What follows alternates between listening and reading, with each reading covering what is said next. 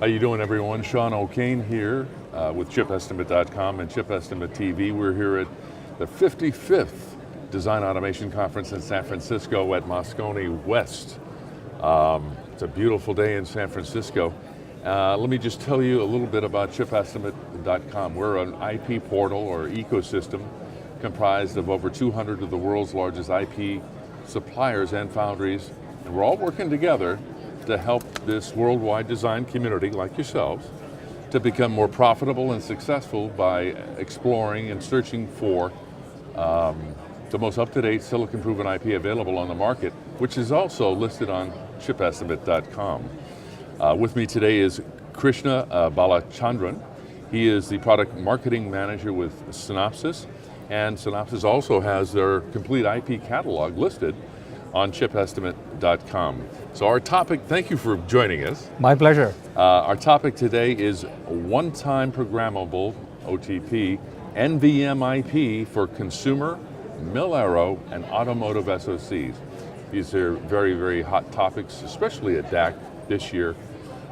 So Synopsys recently expanded its designware IP portfolio with the acquisition of Cydense and Kilopass OTP NVM in 2017 and 2018, just recently. Why is Synopsys investing in OTP NVM? So Synopsys already had a portfolio of multi-time programmable or MTP, non-volatile memory, MTP NVM as it's called.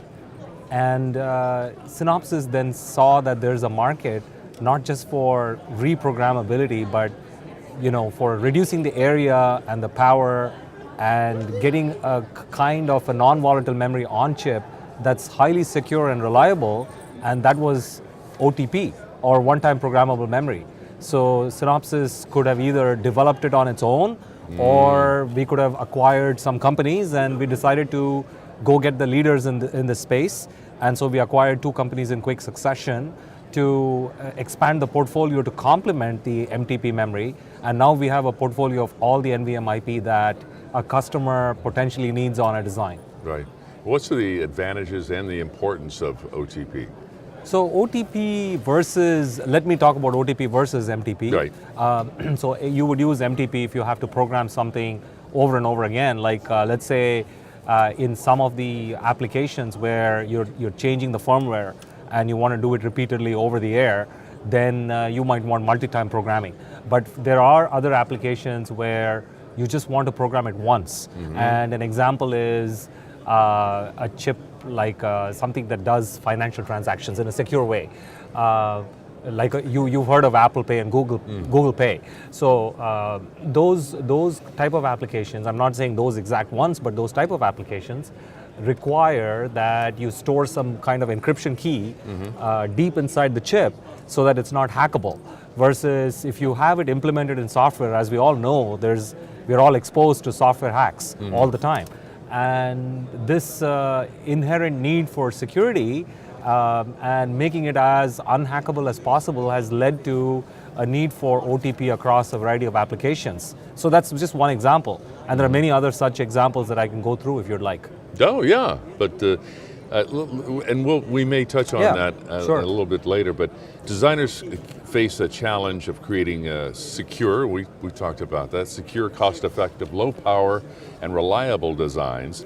And I think you kind of answered that. What applications need OTP?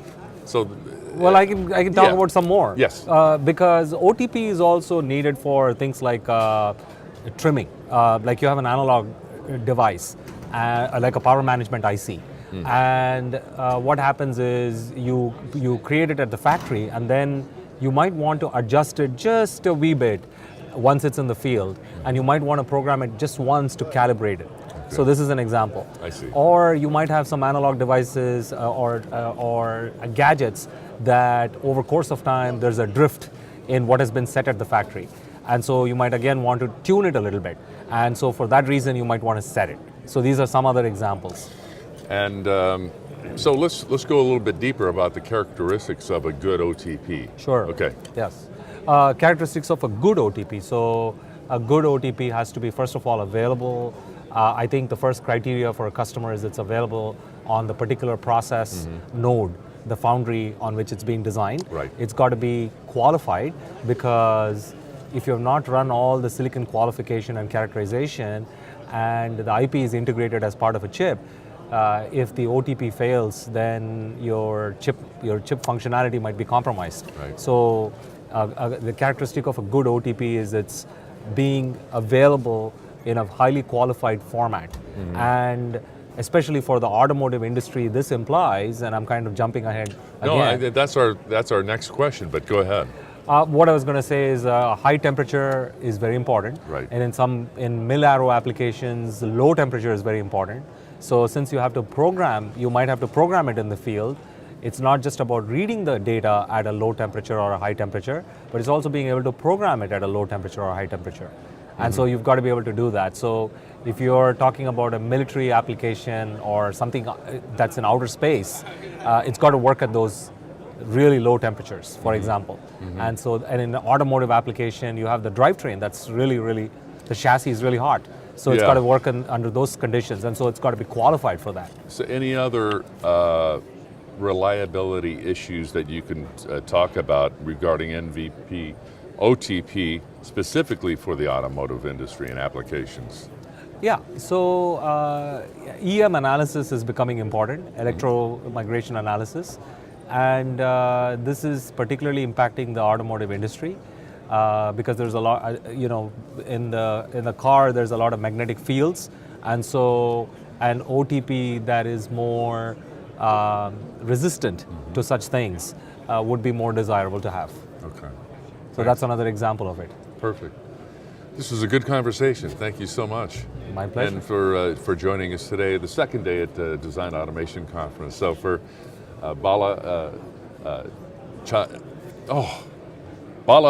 Krishna Balachandran, excuse me. That's okay. That's Krishna, I am so sorry. My name is Sean O'Kane, and we'll see you next time, and I hope to see you next time too.